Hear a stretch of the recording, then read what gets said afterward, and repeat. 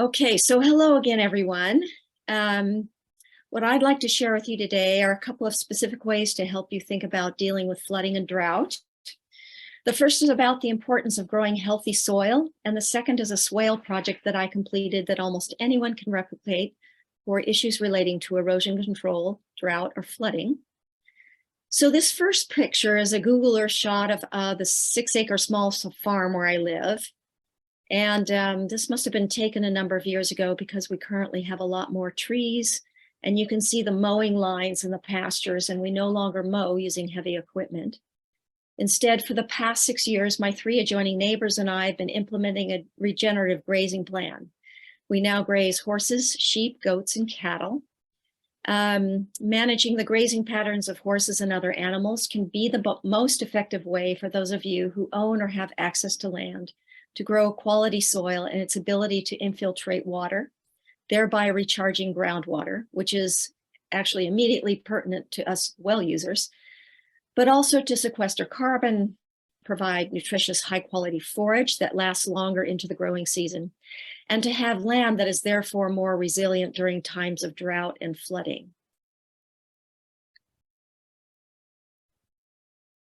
So in order to understand why healthy soil is critical to preventing both flooding and drought, we need to understand what healthy soil is, how healthy soil is made, and then how we can help it grow. So I'm going to give you a brief and very simplified overview in hopes that it inspires you to take steps toward acquiring a little more information and improving the health of your soil. So now, as I mentioned, you will automatically receive a resource sheet with links to more specific details on what I'm sharing with you today. And of course, you're welcome to put any questions that come up into the Q&A. So everyone has a soil type that's unique to their area, but all soils are made up of some combination of sand, silt, and clay. And it's possible to improve the health and function of any soil type by the manner in which you graze your horses. So what we normally see when we are observing a grazing pasture are the visible plants or grasses growing on top of the soil. Grass grows by capturing energy from the sun through its leaves or blades. The roots below ground take in rainwater and nutrients from the soil that further enable the grass to grow.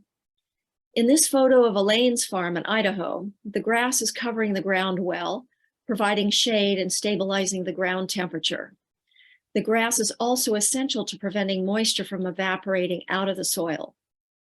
Retaining moisture and maintaining a soil temperature of around 70 degrees Fahrenheit are both vital for the survival of literally billions, if not trillions, of microorganisms, worms, and insects that live in the soil and eat minerals and organic matter, such as horse manure.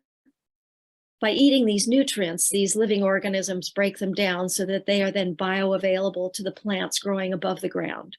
So it's a symbiotic or mutually beneficial relationship between life that lives within the soil and life that grows above the soil. So in a healthy pasture such as this one, this is what we might ideally want to see happening below the surface. Here you can see healthy grass that has been allowed to recover for some time after it has been grazed, enabling the roots time to grow deep into the soil that has not been compacted by overuse. And what I'd like you to notice is that these roots form pathways for rainwater to infiltrate into. At the same time, soil aggregates formed of tiny rock and mineral fragments create tiny spaces in the soil itself through which microbes travel by swimming along films of moisture, eating and breaking down organic matter more efficiently. If you look between the plant roots, you can see these spaces giving it a chocolate cake-like appearance. The soil is literally a sponge that can absorb great amounts of water during a spring thaw or throughout a rainy season, and then hold it further into the dry season. And by the way, this kind of soil also infiltrates and breaks down leachate and pathogens from our horses' manure, rather than letting it run off the land into the nearest stream or body of water.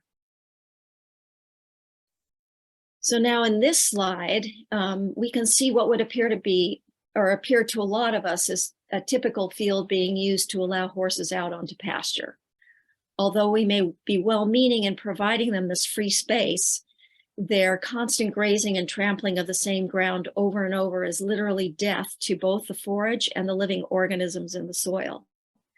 So not only will this uncovered ground be too hot during the day to maintain a moderate temperature during summer months, but the ground has become compacted and no longer capable of infiltrating rainwater to mitigate flooding, nor then capable of holding water to mitigate drought. And this is what the overgrazed pasture would look like beneath the surface.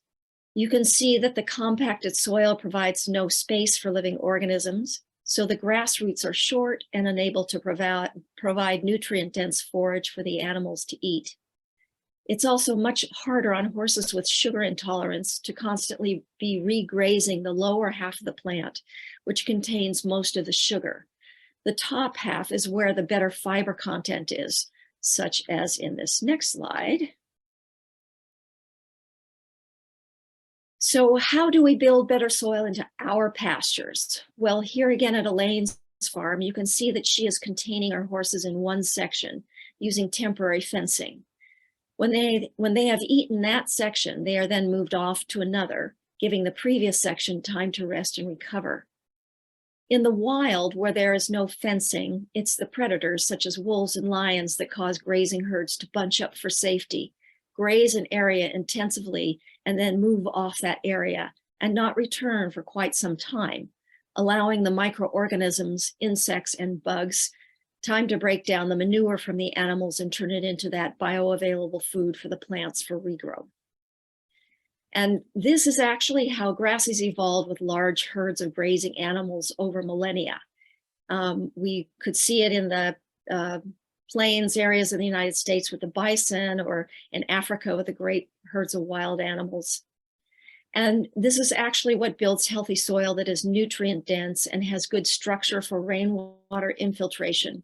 And so using temporary fence, as you see here, instead of predators, is one way of mimicking nature in a domestic setting. So now, as I mentioned in the beginning, I've condensed this information into a simplified presentation, but I will be sending you all resource sheets with information for you to dive into for those of you who'd like to look deeper into ways of implementing this idea at your own property or facility. And of course, please put any questions into the Q&A while they're on your mind.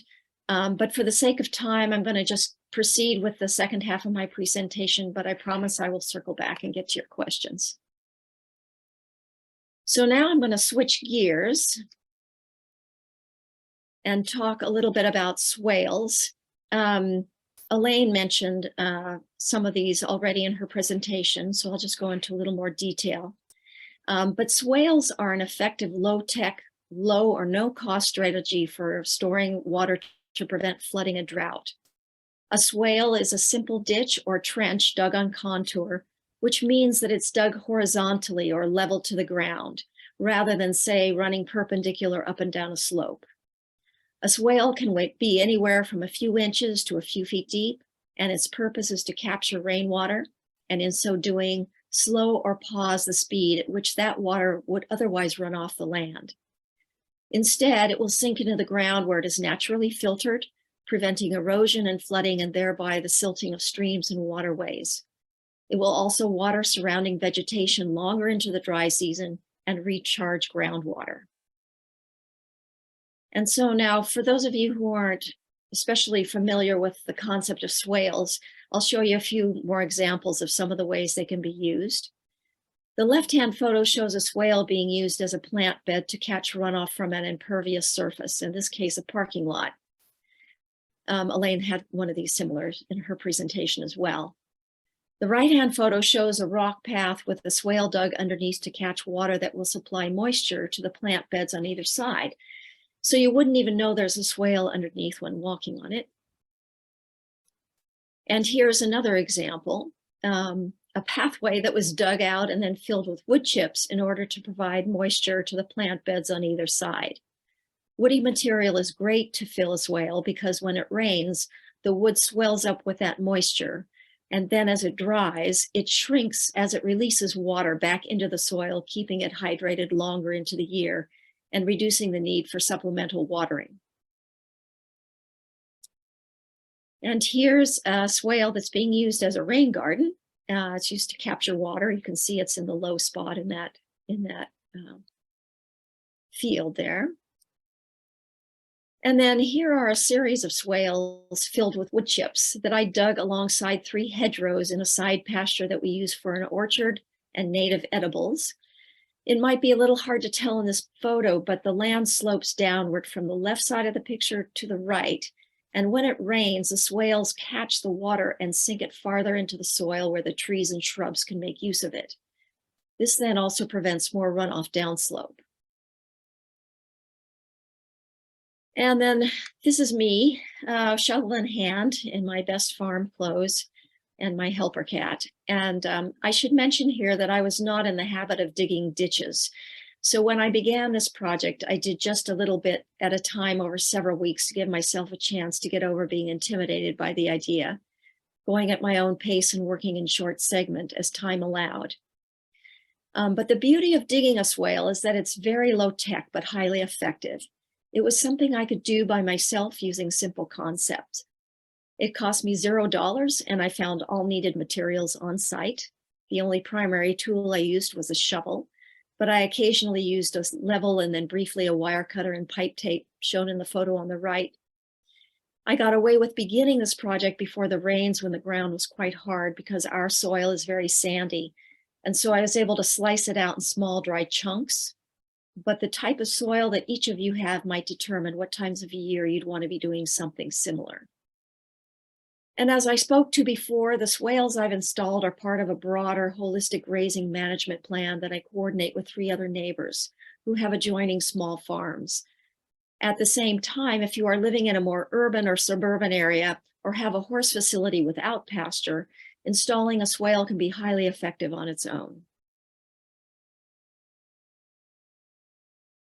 So my particular project was to capture and redirect all the water that runs off the side of our main barn roof during the rains in order to aid my broader efforts to stop water from running off the property in general. That section of roof is about 960 square feet, which means this roof sheds about 576 gallons of water with every inch of rainfall. So in a normal year of rain in my area, just this one section of roof can generate about 14,000 gallons of water per year. And I know that Elaine showed a slide with this formula for calculating those figures, but I'll also be sending you information on that. And I can type a link for you into the Q&A for those of you who want to look that up during this webinar.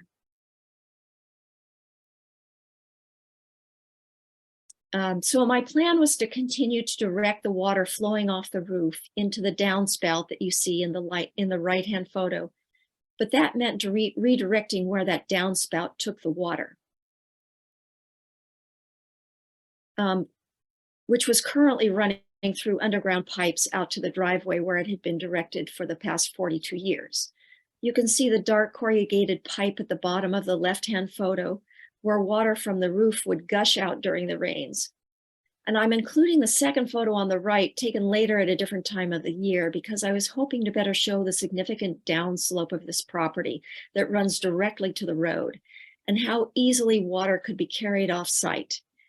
Now, the grass will slow some of the flow from the drain pipe, but before our soil became more porous with improved management, that grass was not enough to keep all that concentrated flow of water from sheeting over the surface and down into the street where it joined other runoff from neighboring properties and then picked up silt and toxins off the road before finding its way into the nearest creek, which for us is just down the street. So directly in front of the barn, you can see that there's a bed of dried out nasturtiums that died from lack of water. And so I decided to dig my swale here. One, because it was a convenient place to redirect the downspout coming off the barn roof.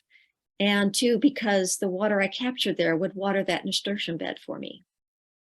I should mention that before digging, it's important to know where your existing underground pipelines are. And because I don't own this property, for me, that meant involving the owner in those discussions and checking maps of water and gas lines. The second slide to the right shows the initial dig. I laid out tarps to make it easier to keep the soil in a neat pile and easier to clean up afterwards. I then disconnected the downspout from the old pipe that ran out to the driveway and attached a new length of corrugated pipe that I could direct into the swale, attaching the two using pipe wrap tape. And incidentally, I found this leftover corrugated pipe that had been lying out behind the barn for 20 years. I also used a level to make sure that the bottom surface of the swale was level so that when the water flowed into it, it would lie evenly throughout the entire length and not run out one side. And then at the end of the corrugated pipe, I found and attached a length of drain pipe with holes. You can see an example of that in the top right-hand photo, to help evenly distribute the flow of water into the swale. This isn't really necessary, but since we also happen to have a small length of it lying around, I went ahead and made use of it. I wrapped that pipe with a fine mesh cloth to keep debris and soil particles from working their way into the holes and clogging it up, as you can see in the lower right photo. And here's a side view of that completed portion of the project where you can see how everything fits together from the downspout into the swale. Now, some of you might be questioning why water is being collected right alongside a building structure. So I'm going back to this angle. There were actually several things that I did to prevent water damage and seepage inside the barn. First, you might have already noticed that this is a small swale that is not anywhere large enough to hold all of the water that comes off this roof during a rainstorm. So I dug a secondary or overflow swale that I'll show you in a moment. But this was one of the ways that I prevented too much water building up around the barn itself. And secondly, you can see that the foundation of the barn to the right of the swale is set above ground. If you can see my cursor, it's just right here. This foundation is actually set above the ground where the barn rests on. And that swale, while not deep, is dug below the foundation, once again preventing water from pooling up against the siding. And then finally, as I mentioned before, I was working with sandy soil that drains relatively rapidly, so I could feel confident that there would be no standing water, even at the bottom of the swale. Whereas if you're dealing with clay or adobe soil that holds a lot of moisture and tends to pool up, having a swale that close to a building is probably not the best choice for you.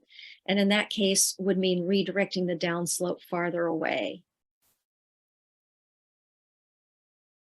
So then I filled the swale in with woody material that we had on hand from tree trimmings that we had chipped into a pile.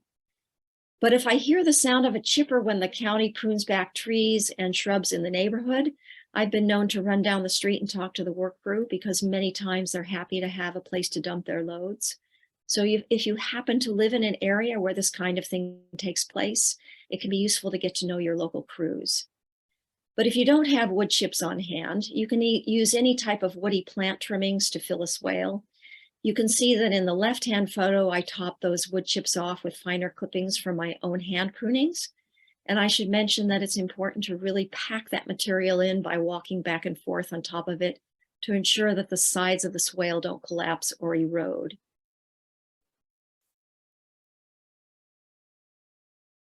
So after filling the swale with woody material, I covered it with several inches of the same soil I had dug out of the swale, and I topped that off with a layer of compost that I then reseeded. And on the right, you can see what that dried out bed of nasturtium looked like the following spring. So as I mentioned, the first swale alongside the barn was not large enough to hold all of the rainwater flowing off the roof. So I dug a secondary overflow swale downslope. And here you can see that swale next to the garden bed that it will be feeding. The soil happened to be very rocky, so I ended up sifting out the rocks and placing them at the bottom of the swale, which would aid in filtration, and then make the remaining rock free soil, better suited for topping and reseeding, as you'll see in a moment. So now the first slide to the left shows the connecting channel from the smaller swale to the larger one. And the second slide shows the formula that I roughly followed to make sure that the overflow from the first swale would run seamlessly through that channel and into the second swale. The picture on the right is showing that the first swale is level, and before the water fills up to the top, it will flow down a 4-inch drop indicated at the bottom. It's important to make the drop into any subsequent channel at least 4 inches to ensure that water does not backflow over the sides of the initial swale. Now, obviously, the connecting channel on the left needs to be at a downslope from the top swale in order for the water to flow into the overflow swale. I was not exact about the degree of slope in the connecting channel, and for a project like this, you don't really need to be, but it's ideal to have a gradual slope that keeps the water flowing but not gushing. And I used the level you see lying in the middle of the connector channel just to make sure that I was digging in a continuous downslope. And here is the connector channel and second swale filled with wood chips as well. And then what it looked like after the swales had been packed and several inches of soil had been placed on top of the chips and then seeded. And then here's just another shot from the front. You can see the barn on the left and the swale at the base and the overflow swale to the farther right, the upside of the garden bed to the right. So in conclusion, as I mentioned, in the beginning, the purpose of this project was to augment what the land itself was already becoming capable of doing because of implementing better grazing practices over the previous several years. And last year was the first rainy season that our land had been able to infiltrate all of the rainwater that fell onto the property, which meant that no runoff for the first time since the current owners purchased the land over 40 years ago. And this is just a visual to show that, you know, kind of, well, here, wait a minute, sorry. Let's see. We on our property were able to sink, after more than 20 inches of rain, well over 3 million gallons of rainwater on our 6 acres, which is the equivalent of about 1,600 2,000-gallon water cisterns. And then this photo just gives you an idea of how many that is. This was a great relief to us after watching some of our neighbors truck in water because their wells had gone dry.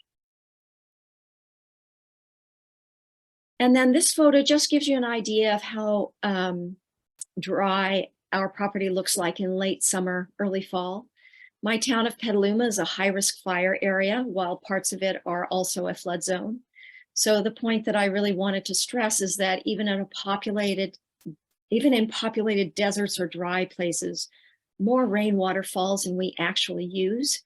And yet everywhere we are depleting our rivers and lakes and underground aquifers that supply us with fresh water.